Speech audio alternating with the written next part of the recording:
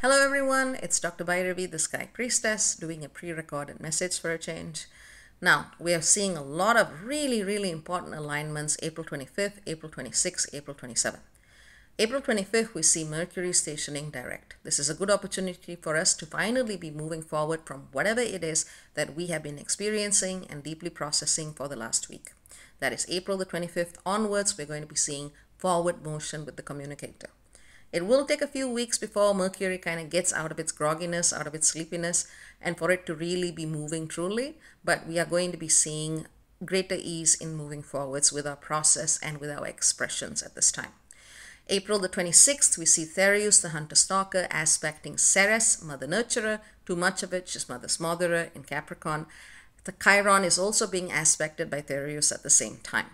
Now, Thereus has been very strongly lit in the skies because it has been conjunct Black Moon Lilith in Virgo, and both of these bodies have been trining Jupiter and Uranus in Taurus. They have also been trining Ceres in Capricorn. So effectively, the back door here that one needs to look at is in terms of how a person is not allowing themselves to receive what they should, simply because they don't think they're worthy, simply because they think there's a vow of service that requires them to not receive what they should, or maybe there is something, so to speak, in their metaphorical bowl. There is a hole at the bottom of that bowl that they have not yet plugged up. Effectively, look at the back door to you receiving abundance at this time. Sometimes it's a belief, sometimes it's an old vow, sometimes it's a karmic tie.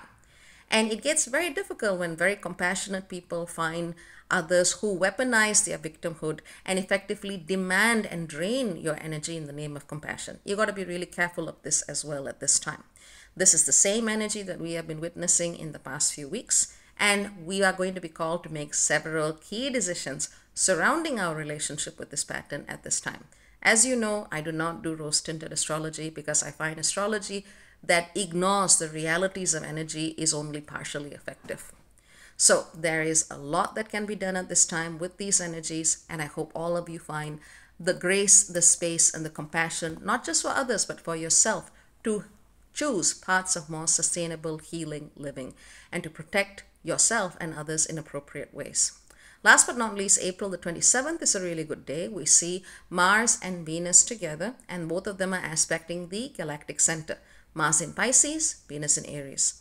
We are going to be seeing different aspects of ourselves and different aspects of our relationships with others, whether it's a romantic relationship, professional partnership, or just different aspects of your own being that are going to come up at this time and that are going to ask you to choose whatever path of truth ultimately helps you find spirit, or whatever it is you may call your home with spirit. So these decisions are really going to need to come from different places within you. The part of you that is truly resonant with your sense of who you are, and the part of you that is able to let go of that I and to surrender appropriately to spirit. Now, with Mars and Pisces, sometimes we surrender for the wrong things, and sometimes we draw boundaries where we don't need to. But sometimes we also miss out on key areas and key relationships in which we do need to exercise more discernment and more detachment. And with Pisces, it's always a mix of things. So look at which energies are asking you to drop your guard and whether or not these are right things to listen to. In terms of Venus and Aries, it's getting past the ego mind and looking at what your innermost heart is effectively guiding you and inspiring you to do at this time. It's the same process, just at different levels of energy, just at different parts of your own subtle body. One is more rooted in the psyche, one is more rooted in the spirit. They are not the same thing. But effectively, if you can understand that there is a multi-level activation for all of us at this time that is asking us to be true to ourselves and choose the path that aligns best with spirit, then you're going to be on the right path. Just remember that you make your road through your own choices. Predestination works only when you believe in it.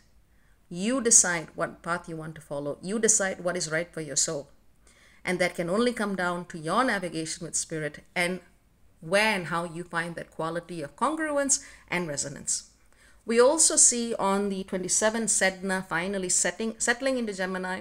Sedna has been kind of going on the Taurus-Gemini cusp for the past year, but we're going to be seeing, over 4 decades of energy with Sedna and Gemini moving forwards that is going to make us look at the wounds of the patriarchy and how it has in many ways damaged our collective relationship with our voices, our languages, the frames and concepts through which we see the world, the permissibility we have to think, to explore, to learn as very young children. And it's also going to be looking at how, at a physical level, collectively, there has been this allowance of the pollution of our immediate environment, the pollution of the air, and so on and so forth. So again, from a multi-systems perspective, we are going to really need to look at the wound and to look at what it is that we need to do to heal it, not just for ourselves and our physical body, but collectively speaking. There is, of course, a lot more information in my Tier 23 installation, which is the membership package. But this should give you enough of an overview and enough of an insight as to what is going on, the stakes that are present, and why it is important for you to remain discerning, to really feel into things with your heart, with your innermost spirit, and make choices that really take you home to spirit, however it is you define it. Do not let anyone define your terms for you. It does not matter if they use the language of spirit. It does not matter if they use the language of compassion. It does not matter if they use the language of service. If someone is trying to hook you in a way that insults your very energy, walk away fast. You do not owe anything to anyone, because there is a much larger spirit that is able to provide healing, that is able to guide a person to find healing for themselves. And we are well past the point where any of us need to be a punching bag or a doormat for anybody else.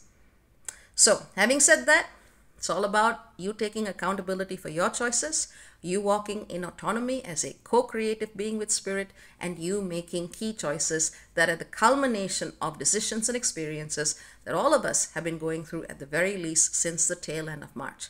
Some of you will also find resonance with key happenings and decisions that were made in late 2020.